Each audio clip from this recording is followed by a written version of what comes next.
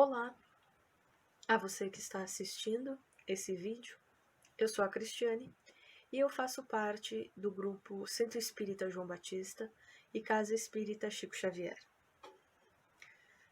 Então eu sou uma das expositoras desses dois centros e nós estamos realizando alguns vídeos, algumas lives com temas doutrinários. Então, para iniciarmos esse trabalho, eu convido a vocês para que juntos elevemos o nosso pensamento em prece. Vamos elevar o nosso pensamento a Deus, a Jesus, aos nossos mentores espirituais, agradecendo pela oportunidade desta encarnação, por todos os momentos de aprendizagem, com a prece: Pai Nosso. Pai nosso que estais em toda parte, santificado, Senhor, seja o vosso nome, venha a nós o vosso reino, seja feita, Senhor, a tua vontade, tanto na terra como no espaço e em todos os mundos habitados. Dai-nos hoje, Senhor, o pão do corpo e da alma. Perdoa as nossas ofensas, à medida em que nós também perdoarmos a quem nos tem ofendido. E não nos deixe, Senhor, cair em tentação da matéria, e nem na influência de irmãos menos esclarecidos, mas envia-nos, ó Pai, um raio da vossa santa e divina luz. Que assim seja, Senhor, graças a Deus. Bom, o nosso tema, então, é do Evangelho segundo o Espiritismo, o capítulo 5, item 26. E o item 26, ele fala sobre as provas voluntárias, o verdadeiro cilício. Quem nos dita essa mensagem, isso em Paris, em 1863, foi um espírito que se nomeou como um anjo da guarda. Bom, mas nós sabemos que um anjo da guarda, ele tem a missão de auxiliar os espíritos encarnados na Terra. E nós também podemos chamá-los de guias, de protetores, de mentores. Obviamente que estes espíritos, eles são muito mais evoluídos do que os seus pupilos. E normalmente nós, como seus pupilos, não é? Nós somos ligados por eles pelo afeto. Então estes irmãos nos inspiram, nos intuem no caminho do bem. Nós podemos dizer que eles exercem uma missão muito mais difícil do que a de ser pais aqui na Terra. Porque eles podem apenas nos sugerir, sem que as suas palavras elas sejam ouvidas ou até mesmo percebidas de uma forma consciente. Então nós somos amparados muitas vezes sem nos darmos conta. E ainda por cima, eles veem a nossa indisciplina, veem a nossa rebeldia como seus tutelados, sem poder nos ajudar, a não ser, é claro, quando nós assim o queremos, ou seja, quando nós deixamos. Então esses nossos irmãos, eles cumprem essa difícil tarefa com grande renúncia, com um grande amor, no intuito de auxiliar os seus pupilos, de nos auxiliar para que nos desenvolvemos na Terra, para que a gente consiga se desenvolver aqui na Terra com menos sofrimento, inspirando-nos bons sentimentos, bons pensamentos, boas ações, e tentando também afastar-nos do mal. Portanto, vamos nos lembrar sempre deles em nossas preces de agradecimento a Deus. Eles são muito importantes para nós. Eles têm um papel muito importante. Eles estão sempre nos auxiliando, amando, é claro, sobre as ordens de Jesus, sobre as ordens de Deus. Eles estão sempre nos auxiliando. Então, vamos tentar nunca nos esquecermos deles em nossas preces. Bom, voltando para o nosso tema, a mensagem desse anjo da guarda e desse nosso irmão refere-se às provas e sacrifícios voluntários realizados por pessoas que, assim o fazendo, julgam estar se purificando ou até mesmo se elevando até Deus. Então a palavra cilício refere-se ao cinto ou ao cordão de crina ou de arame fino que é colocado sobre a pele com o intuito de mortificação e penitência. Ele é um cinto eriçado de cerdas ou correntes de ferro, cheio de pontas, com que os penitentes cingem o corpo diretamente sobre a pele, e que foi muito usado no passado para pagar pecados ou até mesmo afugentar as tentações. Essa prática foi, e talvez ainda seja usada, por alguns grupos católicos. Existem alguns relatos em alguns livros de alguns santos que usavam o cilício. E nós podemos também ver em alguns filmes retratando essa prática na Idade Média. E também nós podemos concluir que esse cilício ele é, na realidade, uma ferramenta utilizada como autoflagelo. Mas o cilício ele pode ser visto hoje como sacrifício, como renúncia em favor dos outros. É o perdoar 70 vezes, 7 vezes, é o fazer o bem a quem faz o mal, e outros mais sacrifícios que, além de beneficiar outras pessoas, também elevam quem se esforça para tal, visando também o seu próprio aperfeiçoamento. Mas na Terra, como nos ensina constantemente o Espiritismo, em geral as expiações e as provas, elas são as consequências de nossas ações negativas do passado. E esse passado ele pode ser recente.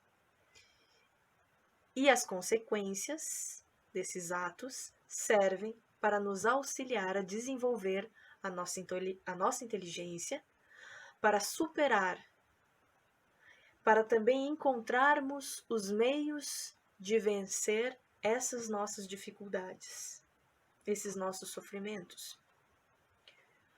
Elas também objetivam o desenvolvimento das qualificações superiores do espírito imortal, no exercício da confiança em Deus, em si próprio, nos outros, na resignação, na paciência de vivê-las para superá-las, no bem, pelo bem e para o bem. Portanto, essas consequências são, de certa forma, justas, porque as nossas atitudes, o nosso comportamento, naquele momento foi contrário às leis de Deus. Então, essa nossa rebeldia em andarmos no caminho do bem faz com que provoquemos as dores, os sofrimentos, as perturbações. Só que Deus, na sua misericórdia, no seu amor por nós, Ele nunca nos dá um fardo maior que possamos carregar. Então, as provas e expiações, elas estão corretas no seu conteúdo, na medida do necessário para serem suportadas e superadas por nós. Assim, não tem a menor justificativa para que esses efeitos sejam agravados com sofrimentos voluntários, ou seja, eu tentar aumentar o meu sofrimento ou as minhas dores de alguma forma. Seria correto provocar o aumento dessas provas? Seria, se esse sofrimento ele fosse capaz, por si só, de provocar a minha elevação espiritual, o que na realidade não acontece.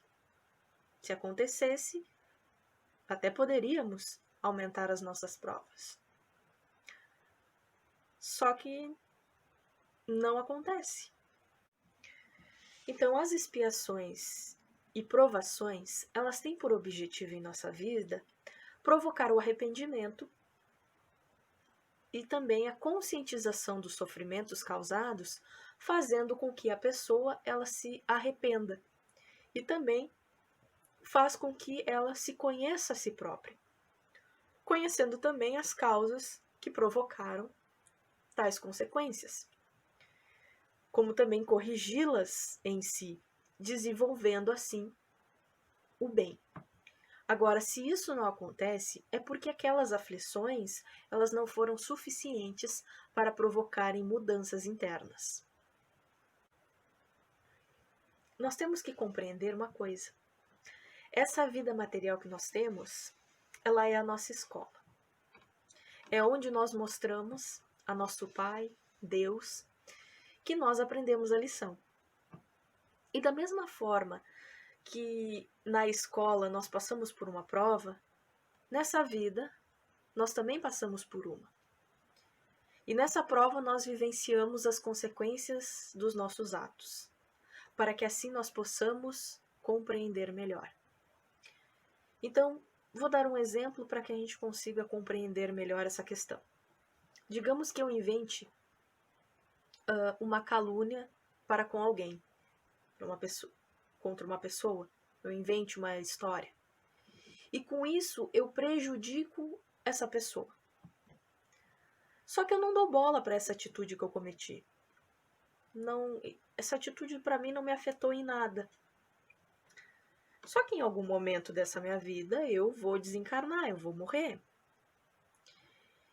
E o meu espírito, sendo imortal, vai para o plano espiritual e eu acabo descobrindo que aquilo que eu fiz para aquele meu irmão é muito errado. Legal, eu entendi aquilo ali. Sei que eu fiz errado. Beleza? Mas será que eu aprendi mesmo? Ou melhor, eu não senti. Eu não sofri aquilo ali. Ou seja, eu nunca passei por uma situação assim. Então, será que realmente eu sei? Será que eu não irei cometer esse mesmo erro novamente? E aí, por minha escolha, lá no plano espiritual, eu resolvo expiar essa falta. Ou seja, eu quero vivenciar essa situação, para que assim eu aprenda verdadeiramente que aquilo ali é errado. Aí eu vivencio aquela mesma situação, parecida, e em uma próxima existência, eu me resolvo colocar à prova. Ou seja, eu resolvo ver se eu aprendi. Então, me será colocado à prova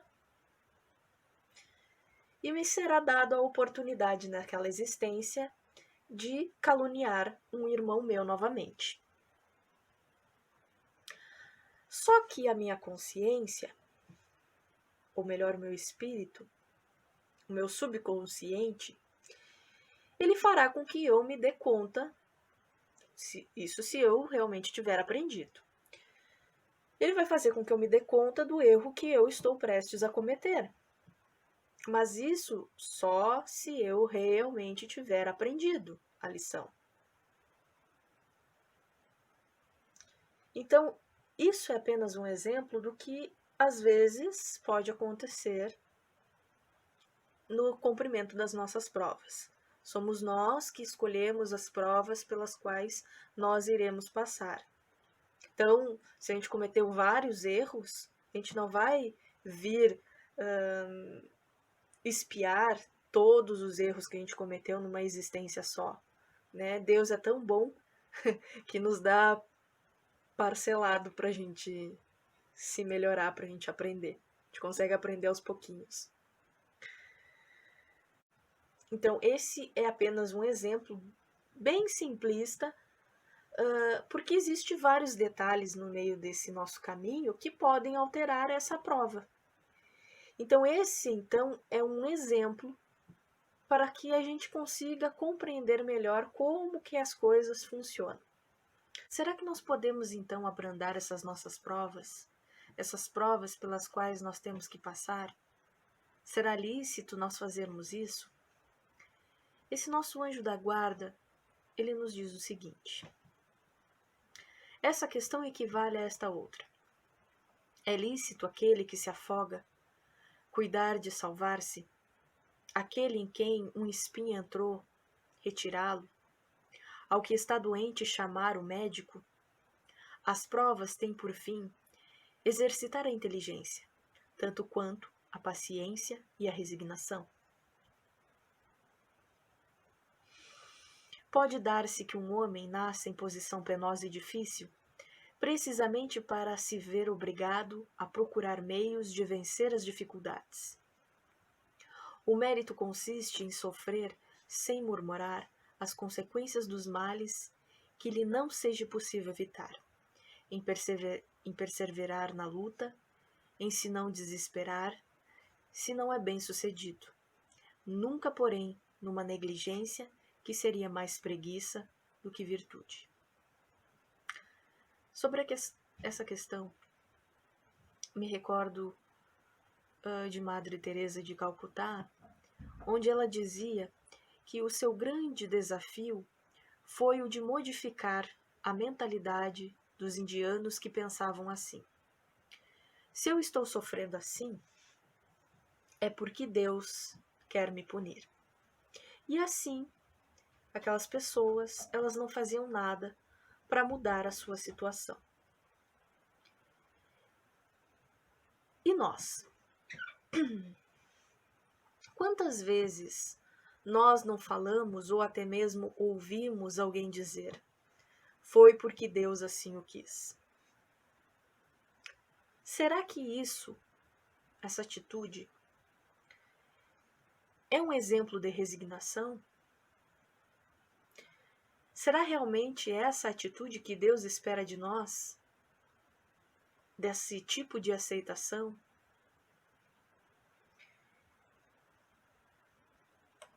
Vamos pensar. Nós estamos sendo resignados ou acomodados com a situação? Porque existe uma diferença. Não é só a questão de nós aceitarmos, baixarmos a cabeça e dizermos: é porque Deus assim o quis. Não, nós temos que tentar vencer as nossas adversidades, vencer esses nossos desafios. Claro que se for impossível, é uma coisa, sim, aí sim nós temos que ser resignados. Mas se a gente encontrar a possibilidade de mudar a situação, por que não? É o que Deus espera que nós façamos, que nós mudemos a situação, se nos foi dada a oportunidade. Então, quando Jesus, ele declarou: bem-aventurados os aflitos, ele não estava exaltando as aflições, mas sim as pessoas que sabem sofrer sem a revolta, sem lamentações inúteis, sem culpar os outros ou culpar as situações pelos seus males. E ainda, Jesus nos prometeu as bem-aventuranças. Ele nos prometeu a felicidade a quem sabe sofrer as vicissitudes da vida, considerando-as justas, porque confia no amor e na justiça de Deus. A quem, em as sofrendo, procura manter-se equilibrado e buscando resolvê-las. Buscando resolvê-las sem ferir a si próprio e nem aos outros. Vamos deixar esse ponto bem claro. Então existe mérito, e muito mérito quando a pessoa se sacrifica voluntariamente, mas em favor do próximo. Quando seus sacrifícios beneficiam ao outro. E então, assim, nesse caso, o sacrifício, ele torna-se caridade, ele torna-se amor, ele torna-se devoção. E esse tipo de sacrifício é muito bem visto por Deus. Então, renunciar a algo necessário a nós, em favor do nosso próximo, esse sim é o verdadeiro cilício. Então, aquele que propicia o conforto, o consolo, a alegria, a esperança, a confiança e ao mesmo tempo provoca em quem assim o faz transformações que o levarão a transformar-se espiritualmente falando. Então, o nosso autor, esse nosso anjo da guarda, ele nos escreve dizendo: se querdes um cilício, aplicai a vossa alma e não ao vosso corpo. Mortificai o vosso espírito e não a vossa carne. Fustigai o vosso orgulho, recebei as humilhações, sem vos queixardes. Machucai vosso amor próprio, insensibilizai-vos para a dor da injúria e da calúnia, mais pungente que a dor física. Eis aí o verdadeiro cilício, cujas feridas vos serão contadas, porque atestarão a vossa submissão à vontade de Deus. Elas não são palavras duras, mas são verdadeiras. Porque ninguém progride sem dores. Ninguém consegue progredir sem sofrimento. Em um mundo como o nosso, de provas e expiações. Portanto, não precisamos procurá-las ou aumentá-las, visando caminhar mais depressa para a perfeição. Porque não é assim que acontece. Então, o Espiritismo ele nos esclarece, através dos seus princípios, que o caminho da elevação é muito fácil.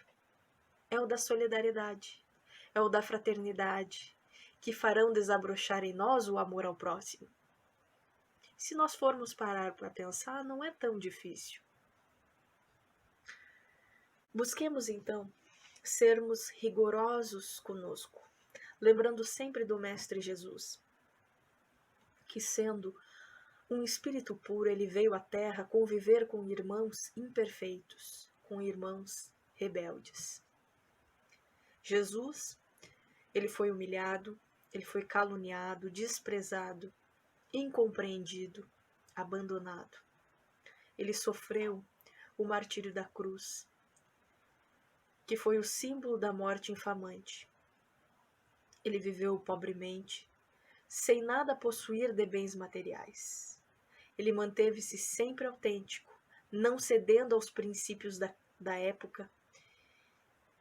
Ele fez o que veio fazer com simplicidade, com humildade, com confiança, continuando a ser o modelo a ser seguido, o exemplo maior de como deve ser todo o Filho de Deus. Então, o sofrimento é uma ocorrência comum em nosso mundo. Em todas as condições, em todas as idades, sob todos os climas, o homem ele tem padecido. A humanidade ela tem derramado lágrimas. E apesar dos progressos sociais, milhões de seres ainda gravitam sob o jugo da dor. E por vezes é a miséria provocando intensas agonias. Em outras, é a enfermidade arrastando seres para os vales do sofrimento e da angústia.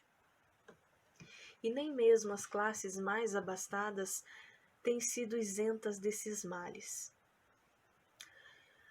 Até nos ambientes onde reina a abundância, um sentimento de desânimo, uma vaga tristeza, às vezes, se apodera das almas.